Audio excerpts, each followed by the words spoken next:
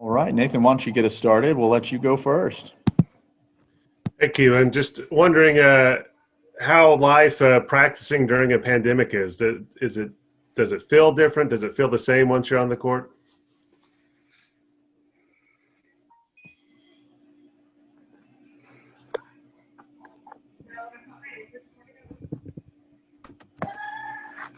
Oh, I think we're on mute there, Keylan. My bad, y'all. There we go. Yeah, Yeah. how's it feel practicing during a pandemic? Well, it's very different. It's completely something I am not used to. But like, we try not to think it's so different. We just still practice. At first, when we got up here from the summer, we had to adapt to wearing masks and lifts, in shooting groups and just little workouts. Then by the time we just kept wearing masks and we kept like understanding like it's still going to be practice no matter if we have something over our face. And to play during a big pandemic like this, stuff that like the sports is really like a huge thing in this world, and like sports is not really looked at as it's really huge in their life. So that's how and that's my perspective on it.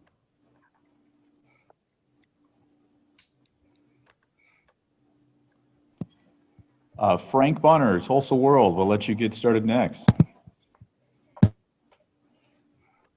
Hey, Keylan, how's it going? It's going great, sir. How about you? Good. When I talked to you at this point, last year you were just talking about how everything was new and the weightlifting and the emphasis defense.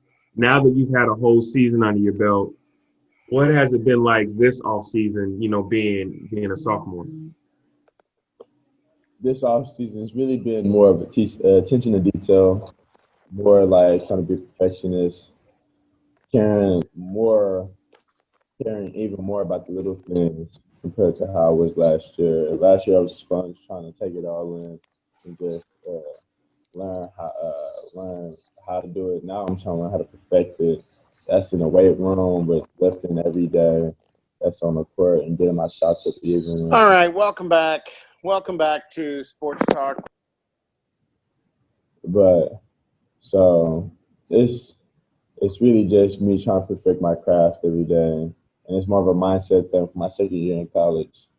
That's why I feel like it's more of this year's more of a mindset thing. How has it been interacting with the incoming freshmen of this class? Freshmen, they're cool, man. They just want to work. They want to win. We're still trying to learn how to play with each other. We're trying to learn how to find the pieces within each other.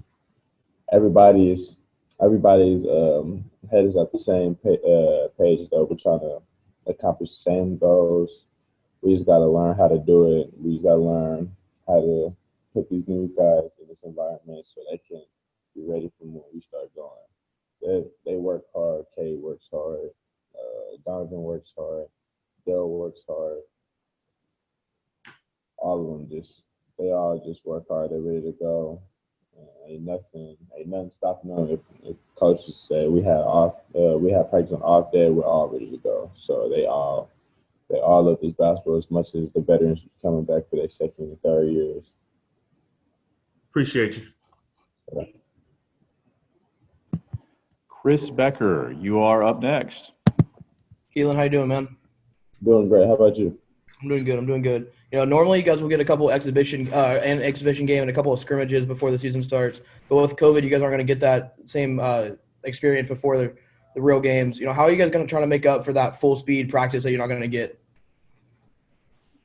Well, since we can't see an exhibition game, that's why we have to look at every day as practice. We have to push each other to the limit, even though we know what we're doing and we know how we play. But we still have to guard each other more than we go at the next team because we are our only downfall. We're the only people we can defeat. So we go in the practice every day, ready to compete, ready just to take each other's heads off and get better, because that's what we're trying to do, and that's how we get better. So then when we go against any other team, that's non-conference, we're ready to get going. Any team, we're ready to get going. So it is a downside not having exhibition games, but I feel we'll be okay. Awesome. Thank you, Keylan. So Joseph Fazio, you are up next.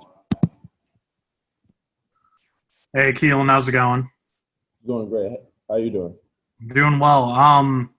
Last season you and your brother came in to team, around the 170, 175 weight range, which is a little undersized for a position you two play in. Coach really talked about how you guys had to get more muscle on your bodies, and now you and your brother in the 200, 210 range. Just talk a little bit about what's your strength now compared to what you had back then. Really, it's just adding this weight, holding my ground on defense, defensive rebounding, offensive rebounding,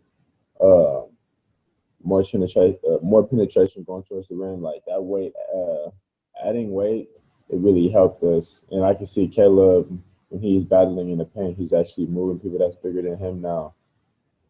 And you can just see like how it progressed just by adding a little weight. Adding that weight really like it moved our game to another level that I didn't know that it could look like ever since we put on the weight. I didn't know weight was a huge thing until they emphasized it so much and just completely said, "Yo, we need this weight on you because you can be this with this weight." At first I didn't know the weight was that serious. Now seeing it going into my second year now and seeing how it all translates and how it all correlates, it's something huge. So it's been a big jump, and the weight's been a big impact on our college career. Now, on the Cowboy roster, it says you're at 200 pounds right now. Is that the weight coach wants you to stay at, or is he trying to maybe get you a little bit bigger and get more muscle on? So I'm trying to get around 205, about 210.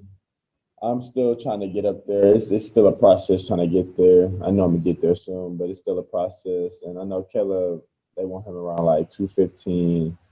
So we're still working all the way up. It's still a process. All right, thanks, Keelan. So Marshall Scott, you are up next. Hey, Keylan, thanks for taking the time. Kind of earlier, you mentioned all the wing depth that you guys have. How's that competition been in practice? It's early, but how's that competition look? our competition is really head on. Like when we start practice with some layups or passing drill.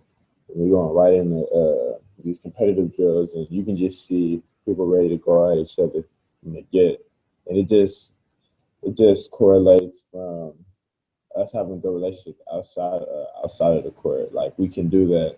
Like anytime practice gets too intense or animated to where we're acting and we're yelling at each other, and our relationship off the court, it really keeps it going. I feel like our relationship off court is really what like keeps that drive on the court pretty sane, because we can go at each other's necks and still be like this, like nothing ever happened. But practice, the competitive level is through the roof. So we're getting to a point where we look like the competitive drills from last year on last year's team. Because I remember last year's group, we go at each other's necks every day, and we're getting there. We're getting there. We're learning how to play within the system. We're trying to teach the new guys how the system works. So they're still learning, but it's pretty good. Gotcha. And then your brother's getting a lot of attention, obviously, with your kind of leaving the program. Does that motivate you anymore to kind of see the attention that he's getting and say, hey, I kind of want a piece of that too? Oh yeah. So when you're left, Caleb got hit with, you're the next big up. Then I had my talks with coach, and he said you're the only three that we got now. So this has been kind of like my off season where I have to step up. I got to mature, be a gym rat even more, and love the process even more. Like when I was a freshman, I was more just sponge, not trying to shine away from the light and stuff, but I was more just trying to see how everything worked. And now I'm trying to take everything head on. So I'm just learning how to be more communicate more on the court and be a leader on and off the court. And it starts with me just being more mature, to be honest. Awesome. Thanks, Keylan. So, Next question comes from TJ Eckert. Thanks, Steve. What's up, Keylan? how you doing? Good, man. I'm good. Hey, we talked about it in high school with you about you and Caleb getting to play together, and then the questions were asked all season, last season as well about getting to play with each other. What was the reality of getting to do that compared to maybe the expectation you guys had coming into the year? Well, the reality of it is me and Kelly, we played with each other for longer than I could tell you, to be honest. So it's really just it's like second nature when we're both on the court together. I always have it just where he's at. He always has it just where I'm at. And from every game, it's like our chemistry just keeps going through the roof. And when we play, it just feels so normal. So every time we just score, it's like we always find a way to do something right, because that's just how we play, and it really works within both of us. And we understood we was gonna come in and just be pieces our first year, so we was like, let's go in and let's be sparks. Let's add on while we're in. Like, if we go in and do something that's crazy and it's helping the team out, that's good. Like, let's play within our body, let's play within our game, and let's help the team out. And we both go in, just find little things, and that's what we harp on now. It's just the little things that can help the team out. Not so much of the big plays, just the little plays that keep the game flowing, that adds up in the long run. Gotcha. Appreciate it, man. Thank you. Yes, sir. Next question is going to come from Dean Rule. Hey, Keylan, how you doing today? I'm doing great. How about you? Oh, can't complain. You already kind of talked about the incoming freshmen and, kind of their role right now, but with the team being so young and you already having experience within the organization, would you say that's an important thing going into the season? Yes, it is. So right now, how we're practicing, we got vets versus the freshmen right now. So we're trying to see how the freshmen can work together for the stuff they don't know, and us vets, we're working together to show them the things that they don't know, put it on them, so then they'll learn it. Us vets, we got me, Ice, Kalib, Chris, Avery, and D from last year. We all know exactly what we're finna walk into. It's just the roles kind of either switching, or is it each person's role is more impactful now.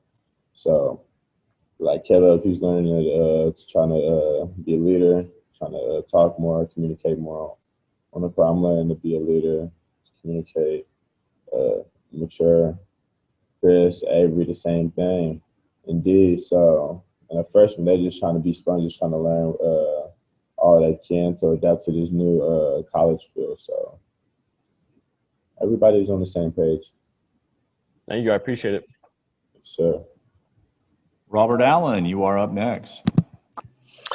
Hey, Keylan, just a quick starter question. How's practice gone for you so far? I mean, are you happy with the way you practiced? Yes, sir. I'm practicing very good now. I'm starting to find my consistent level of what I need to do to help the team out. I'm just trying to do that every practice, so I'm starting to figure that out. Practice going very well. All right, now the question I wanted to ask, I had a chance when you and your brother were seniors at Tulsa Memorial to spend a little time with you and your head coach, and one of the things I learned was how opposite the Boones are. One is squared away and goes by a strict schedule, gets his homework done early, goes to bed early, eats on time. And the other one, I don't know, that might be you, kind of flies by the seat of his pants, eats when he wants to, kind of eats on a New York time zone schedule and does his homework a little later and just kind of does his own thing. How much has that changed since you've been in college? Are you becoming a little more squared away? That's where the maturity comes in. Yes, I had to ever since last year when they introduced study hall. So they really like helped me build my foundation when doing my work. Like I don't think I ever do homework at the crib now because I always get it done at study hall and I put my hours in. I do eat on a consistent like hourly basis. I actually have alarms for it now. Sometimes I might forget, but I have probably like 4 alarms to eat within every other 3.5 hours. So that changed. And the sleep schedule, it was doing pretty good, but I'm fine. I'm fine by on the sleep schedule. I'm getting decent hours. I got to get good enough hours again. I'm getting decent hours right now. I would say last year, my freshman year, I was actually getting good hours of sleep. All right. Thanks. Thank you, sir. Appreciate it. Question from Ryan Breeden. Keylan, so just yesterday morning, I think it was yesterday morning, Coach Boynton got put on the 40 under 40 to watch list for college basketball. I wanted you to talk a little bit about what seeing him get some recognition like that means to you. It shows Coach B is actually working, and the fact that he hasn't been getting recognized, that doesn't matter to him. I know this is a huge accomplishment for him, and it brings a lot of attention on our team. But last year he wasn't getting recognition, and he was working double times last year. He's working triple times this year to try to keep this team level, and he's working every day, and he's hard working. He loves his job, and he loves his players. He just loves he loves everything around it, anything that's basketball related. And with us, he cares about trying to make us men. So I know this is huge for Coach B, and me knowing Coach B personally, like if you ask him about this award, he'd be like, man, well, he's just trying to play basketball. He's just trying to coach the game. So this is huge, though. Thanks, Keylan. Appreciate it. Kalib just walked in, as you can see the dancing man behind me. So any last questions for Keylan before I send him on? All right. Thanks, everyone. I will slide in Kalib, and we can get started there. Thanks. All right. The one, the only Kalib Boone is in the house checking his hair. He's looking good. So I'll ask you guys, go ahead and raise your hand if you have any questions for Kalib, and we will get you guys started. We will get it going with Joseph Fazio. Go for it, Joseph. Hey, Caleb, how's it going, man? It's going good, man. How about you? I'm doing well. So, as you know, we just talked to your brother, and I asked him about, looking back at last year at where you guys were weight-wise. You guys were around 170, 175, and you took a big jump, and now you're around 210. Could you just talk a little bit about where your strength is now compared to last season? Last year I got a lot stronger upper body wise, but like in the weight room I got a lot stronger upper body and like got a little bit of a stronger lower body. I mean, I can always jump. I've been known for like a little bit of a like jumper and stuff like that. But on the court wise, like me getting that weight, it just helped with my stamina. Really, I told Coach Jake that a lot because there'll be a time I gain weight and I lose it, and I told him I feel better with like being like 207 and just running because I feel like I can run for days than being 203 and then running. I feel like I get like tired quicker. So like me getting weight is kind of helping my endurance, my stamina, and me being able to run more like during the games and like do drills and just practice. Being around 210 right now, does that give you more confidence when you're in the paint fighting for rebounds or pushing back big man to get jump shots in? Oh, yes, most definitely. I, being a freshman last year, and praise Coach Mike because he put me through the fire last year. He put me in when we was playing. When I had a guard, big, so we're going to be NBA draft picks like year 7. David Arturo, and like you obviously see like they had years on me, they had weight on me, but like you can see the difference of okay, if I get my body to this, I can be like this and this and that. Like I can be these people and everything, and just like putting me in that fire and me going as players, I see like the importance of being 210 in the Big 12 than 200, 201, 202 because that extra weight helps so much, and then it helps with your body when it's time to recover. So yeah, like I learned my lesson on like meeting the importance of gaining weight. All right, thanks, Caleb. Thank you. The next up, Frank Bonner with the Tulsa World.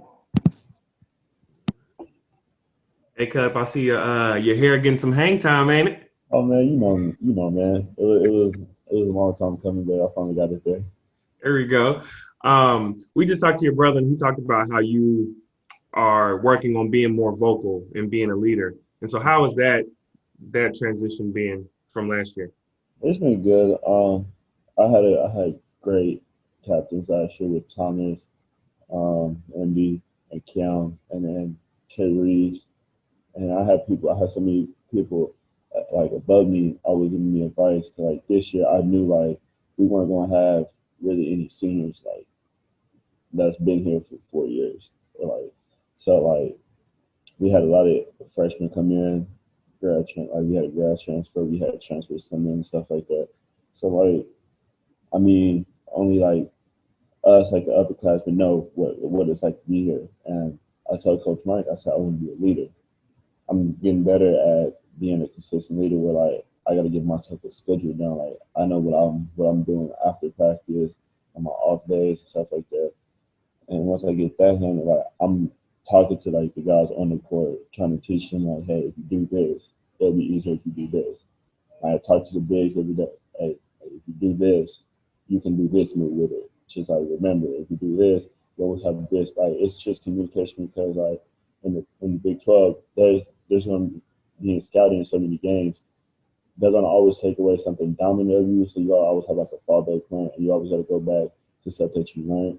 So like, and I give Cameron Griffin last year so much praise because like when we got deep into the Big 12, I was telling me, man, like you can always get that shot. Just know like you got to do this to get that. And always just lead me to it. So like, I just take what I learned from those three guys last year, and I just try to like preach it to the younger guys now.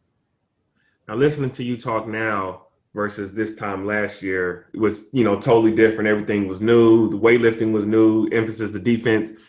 What has allowed you to make such a big transition so fast after just 1 year? Everybody down here made me feel uncomfortable in everything that I did. Like, Coach Mike, like I said, when I first got here, Coach Mike said, look, you don't have to eat. So every time he saw me, if I wasn't eating, I got yelled at because I wasn't eating. Because when I wasn't making weight, okay, you ain't gonna make weight, you're gonna come in here and do this extra lift. So then I got used to just doing extra lift, even when I was making weight. Coach Mike made me talk to media people, even though I don't have a problem with talking, but he helped me with, and all y'all helped me get better with like the way I'm supposed to like sound, the way I pronounce words, stuff like that. So like really just being uncomfortable in certain situations, like a lot of people just helped me get uncomfortable. And when those moments came, I just got so used to it that now I sound better from being a freshman Caleb to sophomore Caleb. I appreciate you, Caleb. Thank you. Down the lines of Robert Allen. Go for it, Robert. Yeah, Caleb, lucky dude. And I know you do like to eat, but there'll come a day where you're going to have to watch those pounds rather than pack them on. I just want to warn you. Someday you'll be into that. Man, I don't think I'll ever hit that day. Honestly, with the way my body type is, I don't think I'll ever hit that day. I hope you are right. For your sake, I hope you're right. All right. Now that you have a really good picture and vision of what this team needs you to do, I'm not necessarily asking you to rank the teams you're going to play in the Big 12 this year, but as you look back on your experience last year, which teams do you look at and say, whoa, when we play them, that's going to be tough. The inside game, I guess, is ranking some of the tougher inside matchups you're going to have now in the Big 12.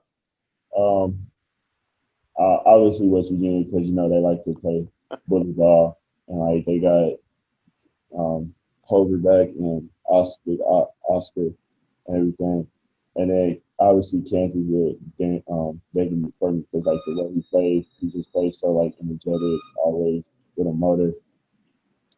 Texas Tech would be a good one because like even though like they play like a really like 5 outs on offense, like their bigs are really good inside, they crash your guys. Baylor because they have bigs and then TCU because Kevin Samuel and all those kind of people and stuff like that. Who do you use in practice? Who is the best guy for you to get out there that just toughens you up? For the post, I'll say Bernard because Bernard is like one of those bigs that you get in the Big 12, big body, post up, try to get wide, get position. There's times where like I can get him, but then like he helps me just remember is like okay, I'm not the strongest big and strongest person in the Big 12, but I'm one of the quickest bigs in there when I want to be, such as run. And then Montreal's good too because he's a post player that loves to shoot and he loves to score and he can run. So that means like okay, just because this big won't run, they got another big that come in there and run the floor. That's probably more like looked at on the offensive end. So it's really a mixture. It depends on how you want to see it, but like they both help me in different ways, and they make me challenge myself differently guarding both of them. Hey, Kalib, I appreciate it. Well, thank you. Marshall Scott, you are up next. Hey, Kalib, thanks for taking the time. My first question is kind of like what were you doing when you found out that Yor was going to transfer away, and kind of what were your initial thoughts? Because that obviously meant that your role was going to increase pretty significantly. When I first found out Yor was transferring, I was kind of sad. I was like, man, I went through like a year with that dude. It's sad that he wanted to leave, but I understand people that like to look out for themselves and like what. I talk to him every day. He's happy with what he's doing, and I just built that relationship with him. But when I found out, I ain't lie to you. So like when I found out you were transferring, the first thing I said, I'm like, well, my dad is gonna call me. I'm gonna have like a 30 minutes to an hour talk with him about this. I promise you, it's gonna be like the longest talk ever. So then like I say that, and then later on that night, I get a phone call from my dad, and like we started talking at 8:30. I don't get off the phone with him from until 9:45. I'm like, man, I went to Keylan's once about just talked to dad for an hour, and just talked about this. But then like when I found out you were transferring, I was like, I realized I said, man, I can't be the Kalib that took games on and off last year. Like I gotta just embrace being somebody that's consistent, and that was like my whole focus. When like I found out, I said, okay, Kalib, you like, because I know I'm gonna show up every time. I'm gonna do what I'm told, but am I gonna be consistent? Am I gonna be a person that's going from doing it 100%, giving him his all, or am I going to do like, okay, well he did it this day, the next day he just goes like 75. I can't, and that's my whole like challenge for this year, just be consistent. I told Coach Mike that, and he told me that's a good thing that I recognize that, because last year that was my big problem. I was inconsistent. This year I want to be consistent. Did your dad have some good wisdom for you? Yeah, my dad did, but then my dad always tells me just lungs and legs. So he tells me I just gotta be one of these bigs in the 12 that's willing to run, jump, and just dominate something that I'm good at. Gotcha. And you're now the only post player here that was here for the beginning of Cannon being a coach. How much have you seen him grow as a coach from his first day till now? Oh, Coach Cannon has grown tremendously. I have a great relationship with him. Like last year, he helped me expand my game in so many different ways, from free throws to on the block. I talk to him every day about like before practice, just about skills on how I can get better. And he tells me like he's real with me so many times. Like he'll tell me when I'm doing too much in the paint. He'll tell me, "Kev, just do that." Like he just helps me so much, and he teaches me like the game, because he tells me like I remind him of himself when he was like in college. Obviously, he was more like a wing kind of player, but he's helping me become like more of an offensive threat, like in the mid range and 3-pointer. And he just tells me like, if you work on this, you'll get this more than this kind of shot. So like, if anything, work on this more because all them other ones will come. So like, he just helps me a lot. Good. Thanks, Caleb. Thank you. Chris Becker, you are up next. Caleb, how you doing, man? I'm doing good. How are you? I'm good. You got a lot of young kids on this roster this year with a big freshman class, but you guys don't get an exhibition game or any scrimmages with other teams before the season starts. How are you and the older guys helping those younger guys get ready for games without having those set times to see full speed before they count? Well, one, we just try to go at each other every day in practice. Make it as competitive as possible how we'll be in the game. And just have Coach Mike put us in situations where it's just how it's going to be in the game. And from time to time, we get at it. We get called out. We'll call a freshman out, but also we'll like teach them like, hey, look, man, this has to happen in the game, because if that doesn't happen, it's just going to be a long night. So like without the like scrimmages and stuff like that, it's kind of hard for them like to see it early without like anything going towards the record. But like it's a great way for like us upperclassmen to lead the young guys, because nothing's normal. So like this would be a great way for like for me, Keylan, Avery, Iris, Chris, just all the upperclassmen to lead and show them like how things are supposed to go. But communication is really important. Right, and you were in their shoes last year around this time, and you guys got to play Rogers State and all that. Looking back, what did you learn from those exhibition games? But like how fast the game goes, and like how everything's like really on the hop, how important it is to have to get stuff done. Like obviously for me, it was my weight. How important it was for the weight last year, like in the exhibition game. And cardio conditioning, how important it is to talk, because like I learned Rogers State isn't the same team as Texas Tech, West Virginia, Baylor. So like that experience kind of helped to see like, okay, when I get in this time, this is how important those situations are. Awesome. Thank you, Caleb. Thank you. Dean Rule, you are up next. Hey, thanks for taking the time, Caleb. Your brother kind of talked about the importance of, working with the incoming freshmen because of all the experience you guys had in the organization already. Are there any specific freshmen that you've kind of taken under your wing and kind of worked with so far this season? Yeah, I talked to Montreal, Mia a lot, and really, and MA and Matthew.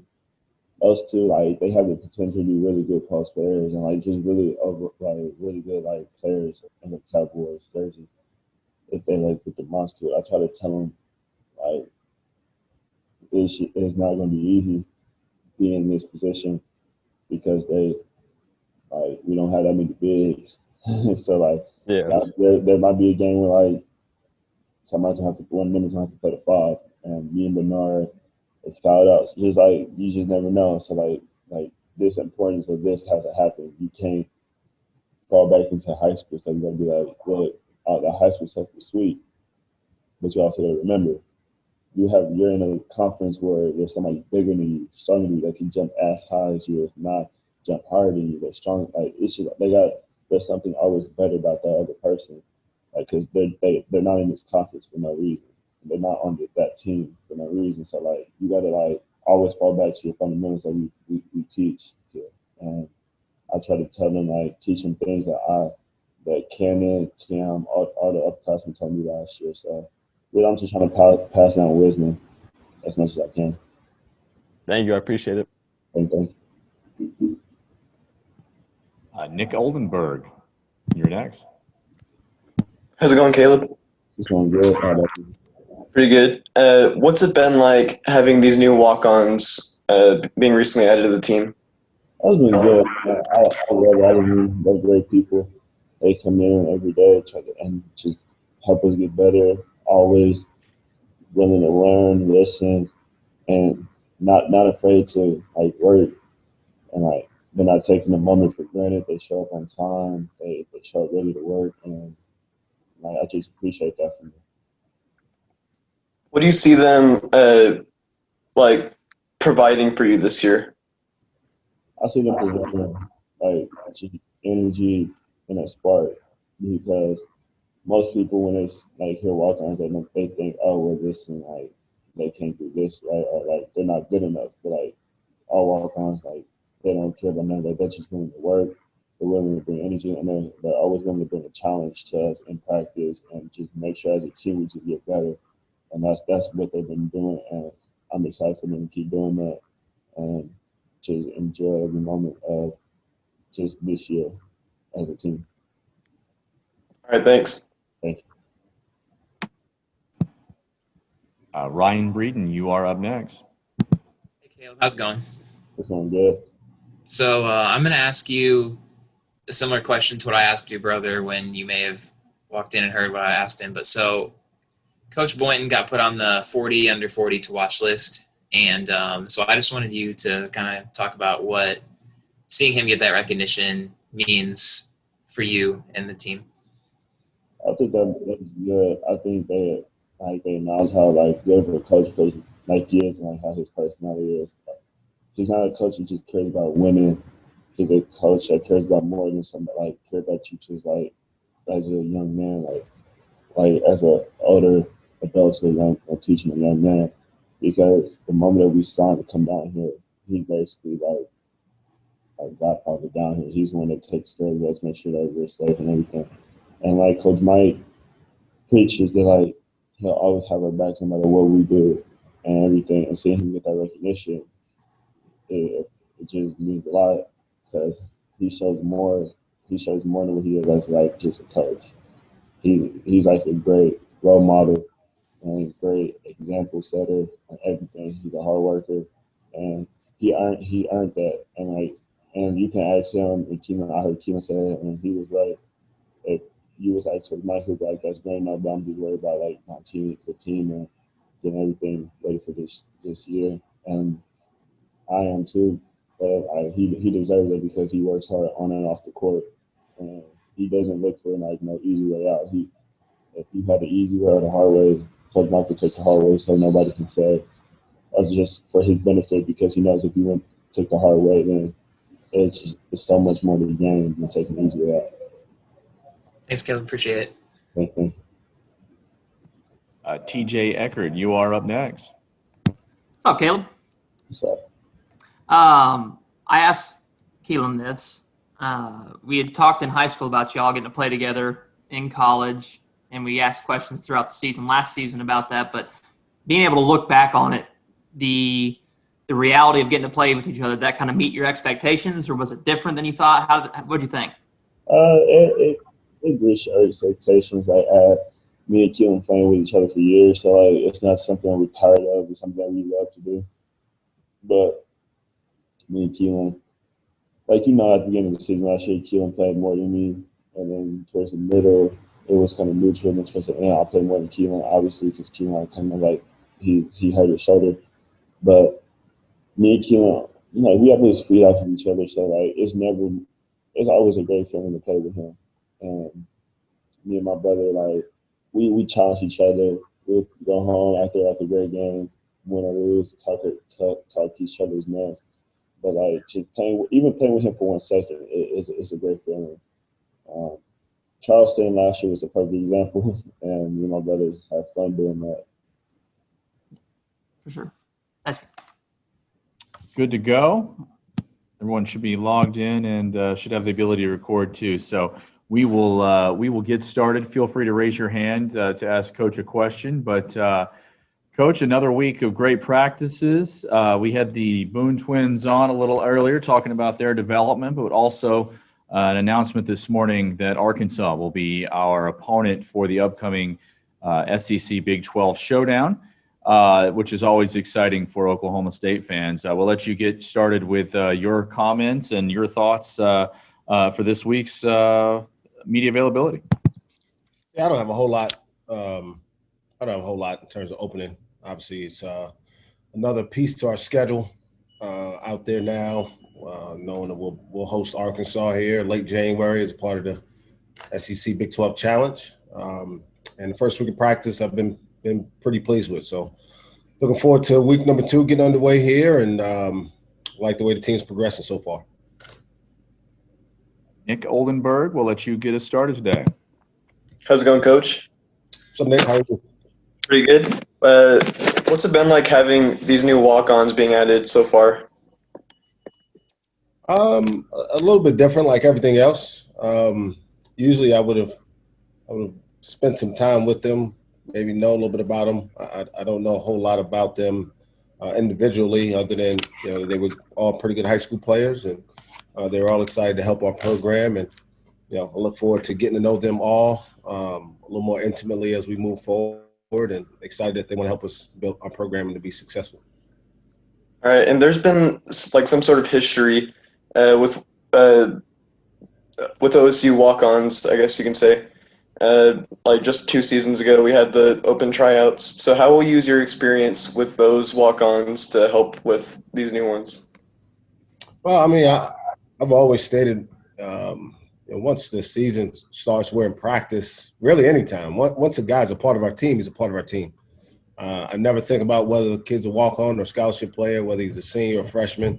The expectations for all of our players are the same. We expect them to come in and work hard, have a good attitude, and to have a burning desire to be coached and pushed to get better. So the expectation for them will be the same, and we'll just kind of see how they handle it. All right, cool. Thank you. No problem. Frank Bonner, you are up next.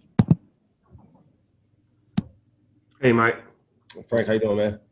Going well. Talking to the Boone twins, at this point this year versus at this point last year, the growth for both of them is pretty evident. And both of them talked about how Kalib is looking to be more vocal and kind of assume that leadership position.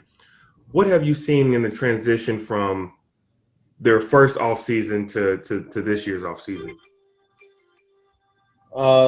They just have a better understanding of what it takes to be successful as college basketball players. And a lot of times that's the biggest challenge from a fan's perspective as it relates to guys transitioning to college, is that the expectation is that they're going to walk in the door and whatever you saw them doing in high school, you're going to see them doing in college immediately. It just doesn't work that way. For most of them, they have a big learning curve. The things that help them be successful and be 3-time state champions in the state of Oklahoma was a good foundation, but there was a lot of stuff that needed to be built on that foundation for it to translate to success here. And so what I've seen from them is just a realization of the work isn't enough that they were doing before, that they got to be more committed to taking care of their bodies, to spending time in the gym, to watching film, resting and eating right. And you can see a more mature approach to the game, a more mature approach to practice, a higher sense of urgency in practice when it comes to competition. So it's been the biggest step for me, and I look forward to seeing them both have bigger roles, much more important roles, being much more necessary for our success than they were last year. Everybody knows Isaac is your most experienced player, but with the youth on your roster, your last year's freshman class as a whole is assuming, a much more, I guess, veteran role, so to speak. So how have you seen last year's freshman class grow to this point?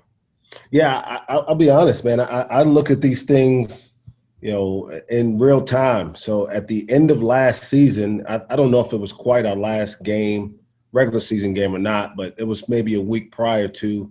I sat down. I usually meet with the seniors, and I usually meet with everybody who's not a senior in separate meetings. And I told those guys, if they looked around the room, we wouldn't have a senior on the roster if we didn't add someone, right? And we obviously did, and Bryce and Farron, but that those guys are going to have to step up and be ready to lead, to be the example for whoever's going to be in our program. Because even for a guy like Farron, it's still year one for him here. So the expectation is that those guys have to set the example of they know what I expect. They know what practices are supposed to look like. They know how we prepare for games. And so it's vitally important for as much talent as we have in our freshman class that really our sophomores plus ice are the guys who carry us early on and help those guys come along because they don't really understand the sense of urgency that it takes to have success at this level yet. Thank you, Mike. Chris Becker, we will go to you now.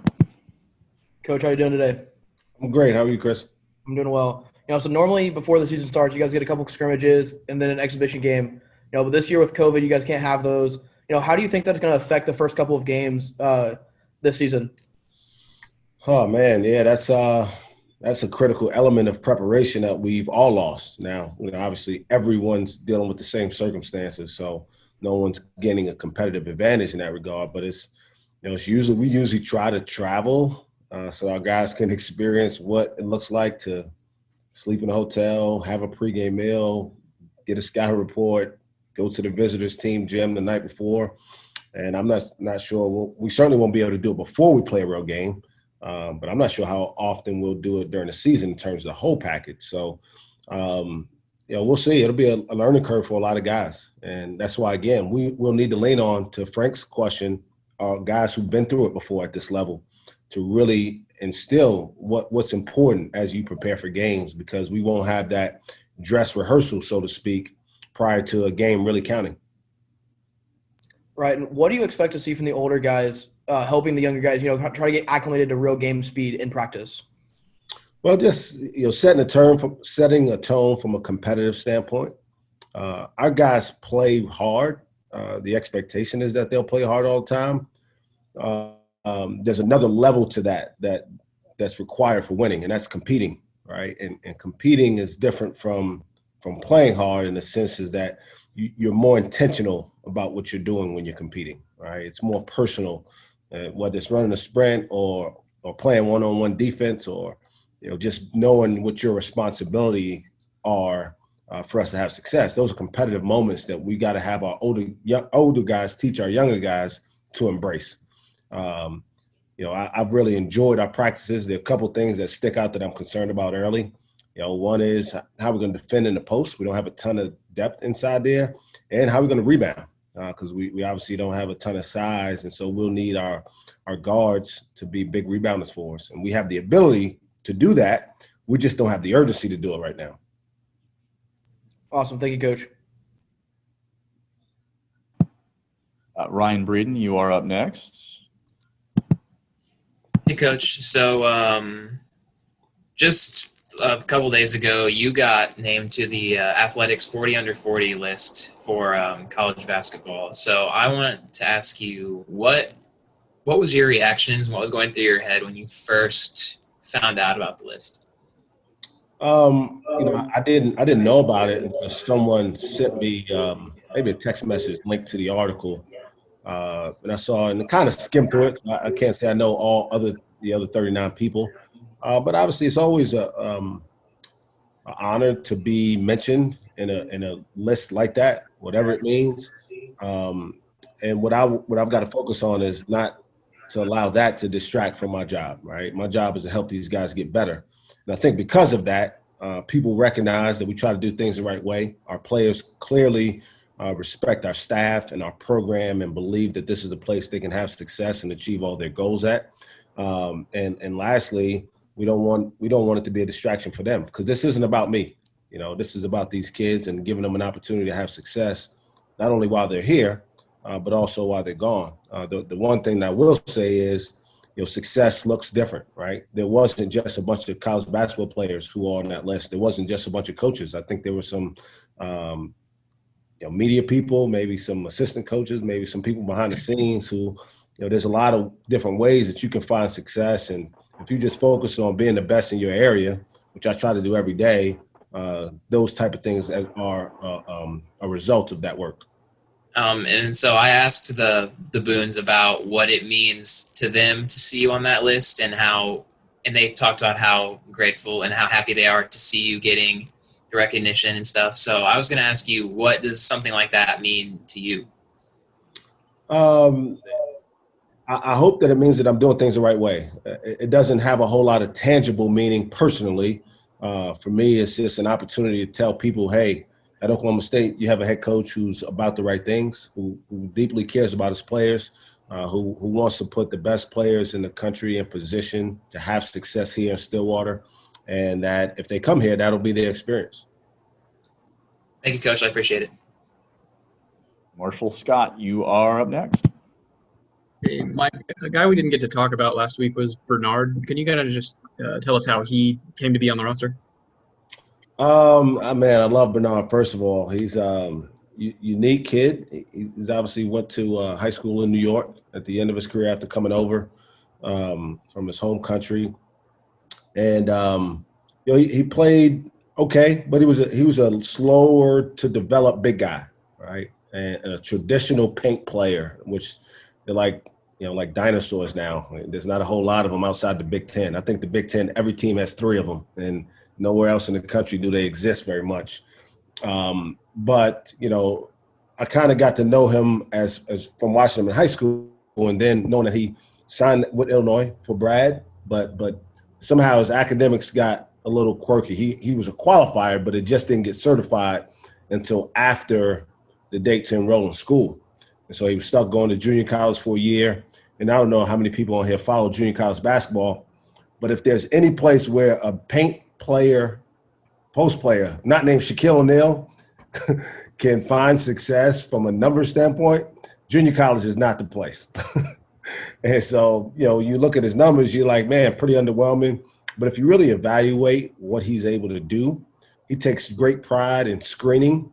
He takes great pride in running the floor, and he takes great pride in rebounding. And those are areas that we needed dearly, especially after losing Yor early in the summer. We needed a little bit more post presence. He's been everything that I've expected so far. He's actually got a better touch to about 10 feet than I thought he did. I'm not going to have him shoot a bunch of threes. If he shoots any and the shot clock isn't expiring, he'll probably be finding a seat next to me pretty quickly. But he embraces who he is every day. He comes in with a hard hat and lunch pail, blue-collar mentality. He's already gained the respect of his teammates because he knows who he is. He's comfortable in his own skin. He's not trying to, drive in anyone else's lane. And I think he's embraced playing with the group of guards that we have, which I think are amongst some of the best core guards in the country. You mentioned his prior commitment to Illinois. Did Brad kind of help facilitate getting him to Stillwater? No, he did not. Okay. And you haven't had a body like that. I guess you Contravious for a little bit that one year. But just how beneficial can that be for a guy like Kalib when prepping for West Virginia? Oh, it's incredibly valuable. Last year Kalib got out there in those games and was seeing that stuff for the first time, and it was really, really hard to simulate, in practice. Now, West Virginia, again, they put 3 of them out there at once, and so sometimes your head's spinning. But I think it's going to be valuable for us, and he's going to be able to offset some of that size that we face in games like that, but also in other games in our league. You got big guys like Kevin Samuel at TCU, who's another, really, really strong interior presence. And so Bernard's going to have an invaluable, place on our team when it comes to preparing for games like that. And kind of changing gears, you guys' full schedule isn't even all the way out yet, but have you had any conversations about how many fans would be allowed in GIA this year? No, I mean, a lot of things, I'll be honest, Marshall, I try not to, there's enough already, right? I try not to get into how many people are going to be in the stands.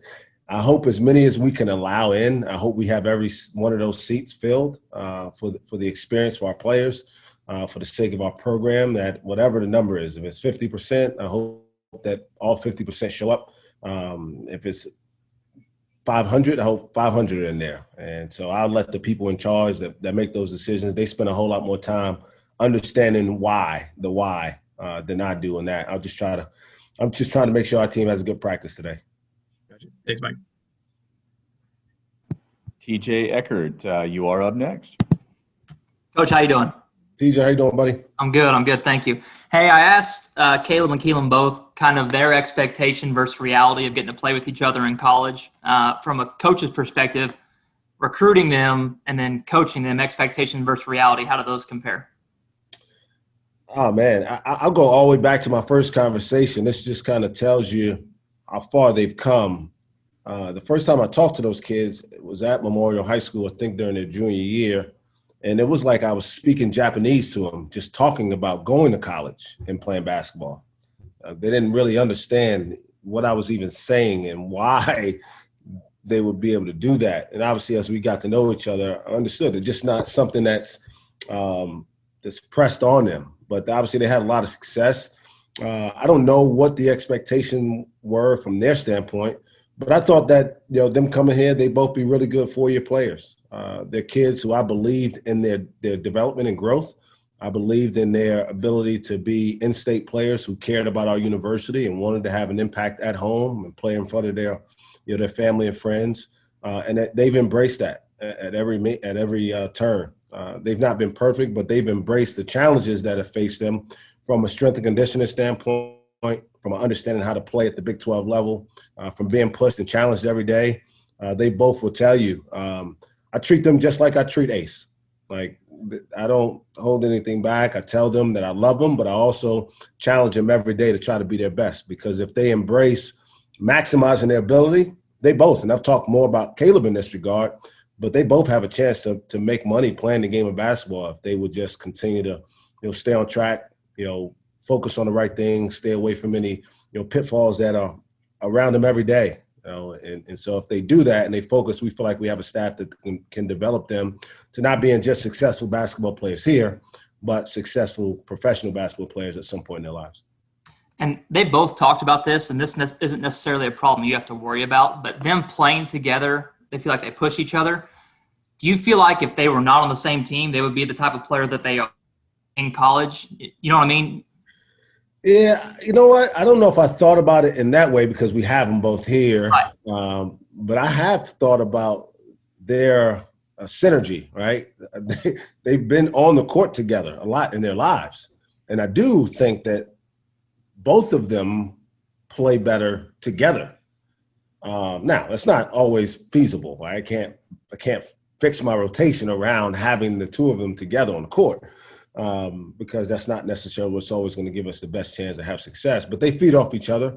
What I would be interested in, and this isn't going to happen, is if they were at different schools, how different would they play against each other? And obviously that's something we'll never know. Right. Appreciate it, Coach. Thank you. Let's take to the road and see what Robert Allen has to ask. Well, I'm going to stick with my theme with the Boones. Coach, how are you? I'm great. Is this driving hour for you? It's kind of like week two. Is it like different places every week? I just finished my radio show, and I'm on remote, so I'm driving in from Perry. Perry, America. But I missed the beginning. Any great revelations in the first week in practice? No great revelations, really. It's kind of status quo. We're introducing a lot of new concepts. I'm relying on our older guys to set the tone for our younger guys. I share two of the things that kind of stood out. We don't have an urgency right now on the rebounding side of things, and then trying to figure out how we're going to defend in the post. Those are really the only things that have really come out consistently in the first week or so. Well, since we talked to the Boone twins, I had a chance to get to know them in high school, and the one thing that was a glaring difference between the two was Kalib is very squared away. I noticed he could have enlisted in the military and he would have handled the regiment right off the bat. Keylan, quite different, more of a fly by the seat of his pants. But I asked him how much he's changed, and he said, no, they've helped me with maturity here, and I'm a little more regimented than I was coming in. Are you pleased with his development in discipline, both on and off the floor? Yeah, I am. Quite honestly, we knew exactly what we were getting. That's why we spent so much time to the question last week about recruiting. You got to know these kids in order to help them have success. And that's why it's been a struggle, not being able to be in front of people and getting to know them, what makes them tick, what are their pitfalls, what are going to give them struggles when they get to you if you take them. But those guys, obviously having recruited them for almost 3 years, I knew all the flaws. I knew the potential, and we put those kids in position to have success because of that, right? We know when to expect challenges. We know when to expect them to have success, and they've embraced it. I have to give them credit. I think I remember them the first time they were ever in the weight room, not being able to lift the bar off of their chests. And now both of them have made great strides, not only adding weight, but they can move weight now. And Keylan's a tremendous rebounder, and Kalib's a very good post scorer. Not as good a rebounder somehow than the taller of the taller twin, but they've both been great things to the table. Kalib's still slightly more mature than Keylan, but Keylan's made a lot of great strides so far. Thanks, Coach. Appreciate it. Frank Bonner, you are up next. Hey, Mike, I just want to follow up on your last comment about being curious about them playing on different teams. Although they don't play on different teams, I'm assuming they've gotten a chance to go at each other in scrimmages. How has that been, if they have been? Oh yeah, we mix up the teams quite a bit early on in the year. I'm trying to, I'm evaluating our team still, right? We're trying to figure out what works, which groups work together best. There's a lot of times where Cade and Ice play together because I want to see that, but I also want to see them push each other. No different than those two guys I know play well together, but I want to see them challenge each other. I encourage a little bit of smack talk. I try to make sure the language is good and that it's not something that we're going to practice that's going to get us in trouble in the game. But I want to see guys challenge and push each other, and I see that pretty consistently. They're pretty quick to get on each other when they are on opposite teams, and neither one thinks the other one can guard them. I'm not sure who I would take in a game of one-on-one, but I would say that Caleb's a better scorer. Keylan's a better rebounder right now. Thank you. Jimmy Gillespie, go for it. Hey, Coach. How's it going? What's up, Jimmy? I'll be honest, man. I missed your screenshot there, buddy. I'm sorry. Maybe next week I'll change it back for you. Hey, obviously, you're guys in full swing of basketball, but the election's coming up in less than 2 weeks. There's talk in the offseason of giving the guys the day off. Are you guys talking about giving the day off to go vote, or have you guys talked about that? Yeah, well, it's not an option, really. The NCAA is mandated as a day off, so there are no practices allowed on Election Day this year. I always encourage our guys to inform themselves and to be a part of the process, right? We all have different issues that we care about, and so we want to find out who aligns with our ideals. I don't push any political agenda. It's not my place, but I do want these guys to have the information necessary that they can make informed choices. A lot of times as a young person, and I'm not sure, before I got to college, to be honest, that I really understood the necessity of being involved in the process, in the voting process, or how important my vote counts, right? Most people think, well, if you live in a certain area and you don't align with, it doesn't matter. Well, it matters locally, right? My thoughts matter locally. What our representation in Stillwater looks like is a big deal. Oklahoma's representation is a big deal to me, and certainly that trickles up to what happens on a national level. So, we try to inform them. We try to tell them to educate themselves and try to get, materials to them that they can read for themselves and make informed decisions. And then we definitely do want them voting. We can't make them vote, and we certainly don't tell them who to vote for, but we definitely want them to go out and do so. And for most, if not all of them, it's probably their first time voting. So if you guys walk through the process and just how they have to vote, I guess.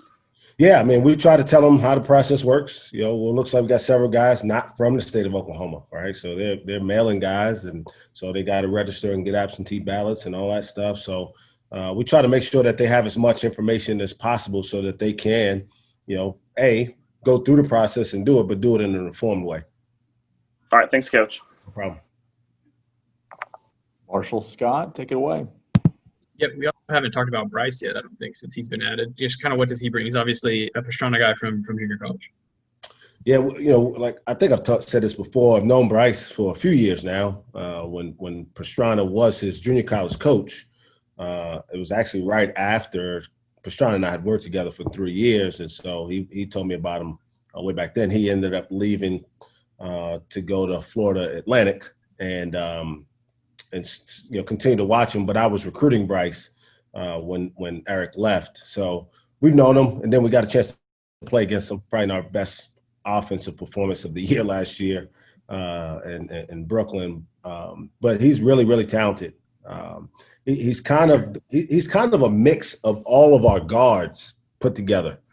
I don't know if he does anything better than, like, for instance, Farron's probably our best shooter. I don't know if he shoots it better than Farron, but he may be our second best shooter, right? Cade is our best playmaker, and I'm not sure he's a better playmaker than Cade, but he's probably our second best playmaker. So he's got the combination of the ability to shoot and make plays. He's really athletic, and he can guard both the 1 and 2. So he's got a lot of things that he can bring to us. I see him as right now, and I don't try to project start lineups, but a guy who can bring tremendous value at the front of our bench rotation, a guy who can do a lot of things and bring some experience, which we definitely need with this group. You guys are deep on the wings, with as maybe thin as you are down low, you're deep on the wings. How does a guy like Keylan, was kind of hot and cold in terms of minutes last year, how does he really, find his spot in the rotation this year? What does he need to do right? Keylan? Yeah. Well, his physical growth helps because now he's strong enough, and I feel confident that in a lot of games I can probably play him as a 4, and he can be a stretch 4 at 6'7.5", and he can really, really shoot it. I mean, you look at his numbers; he had as efficient of a year from a shooting standpoint as anybody we had last year. He just didn't understand the game. He didn't know how to compete hard all the time, and it was more so on the defensive side. Well, he's made great strides there, and so again, he's a guy who, he's doing all he needs now to earn minutes, and I expect him to play quite a bit for us because we're probably going to play smaller. We just don't have a ton of depth inside, so you're going to see a lot of 4-guard basketball for us. And, if Keelan's the 4 or K's the 4, Ice the 4, 3 pretty good guys, and then you got any combination of, 3 other guys, whether it's Bryce and Farron or Chris Harris or whatever, and I try not to be super braggadocious, but I look at the group of our guards collectively. I'm not sure that I would take anybody else's. Thanks. Scott Wright, you are up next. Hey, Mike, you mentioned, looking at what things are like when you got Cade and Ice on the floor together. What are some of the challenges that come with trying to look at 2-point guards who are obviously different types of players? Yeah, that question seems to keep coming. I don't really see the problems for us. I see where it can be problematic for, if that's our 1 and 2. Let's just say those are the 2 guards we have on the court, and let's just say we've got a lineup where the other 3 guys are Kalib, Keylan at the 3, and maybe Caleb's at the 4 and Bernard's at the 5. Well, we're really, really big. I'm not sure how much you'll see that lineup, to be perfectly honest. But somebody's got a guard out there that has to guard one of those 3 guys who are all 6'8", 6'7", and 6'4". And the 6'4" guy is probably the strongest of the 3 guards. And so we'll try to exploit that by putting those guys in post position. The challenge I feel is when we want to post those guys, where do I put my other big guys that are on the court? All right, because if they're not shot makers, then we got kind of a logjam from a spacing standpoint. But if I'm playing Cade at the 4, so to speak, and Kalib at the 5, then they can play off each other as 2 guys inside, and then you can space the floor with shooters. So I see a lot of possibility and not as many problems for us as I do maybe for other teams trying to figure out who they're going to match up with those guys. Good stuff. Thanks, Mike. No problem. There's no more hands raised, but we have time for maybe one more if there are any more questions for Coach. Marshall Scott coming in late. Go for it, Marshall. I've always got something. So it seems like everybody you talk to, recruit, player, they always somehow have known Chris Harris for a really long time. What makes him such a good glue guy like that, and how valuable is that for your team? I'll give you this example, all right? My 5-year-old daughter's favorite player is Chris Harris. That's who he is. Chris makes himself known to everybody. He's never met a stranger. He's a tremendous kid. And like literally when the guys come over to my house, he grabs Chris and he goes and plays with her dollhouses. I mean, it's just, he doesn't mind, playing with kids. He doesn't mind speaking to adults. And he's a great teammate. He doesn't – I said this last year. Part of his advantage coming into college is as good as he was never the man on any team he ever played on. He played with this guy that's going to be a top 10 draft pick that went to Kentucky last year. And he played with Davion Harmon. He played with Jaden Wilson, who was at Kansas. And so he was always just a guy who figured out how to fit. What value could he bring to the group? And most freshmen come in and they've only been the man before. And they're trying to impose their will on the group. And he just accepted that I'm going to be a part of a successful program and I can find a way to have success. And that's what he does in every way. He doesn't try to, make people think the way he thinks. He accepts everybody for the way they are. And again, when he goes out there and competes, he's competing to win. In terms of player recruiters, I imagine Cade might have the most sway, but is Chris a close second there? Yeah, I mean, Chris enjoys recruiting. I think that's part of it. Cade likes it too. He's more like a power broker, though. He's kind of like he wants to know like who the two of the top guys that we're trying to get and see if he can convince them not to go to a blue blood, right? Chris just wants to recruit. Period. He wants to know who we want and whoever they are, wherever they're from. Let me host them, coach. Thanks, Mike.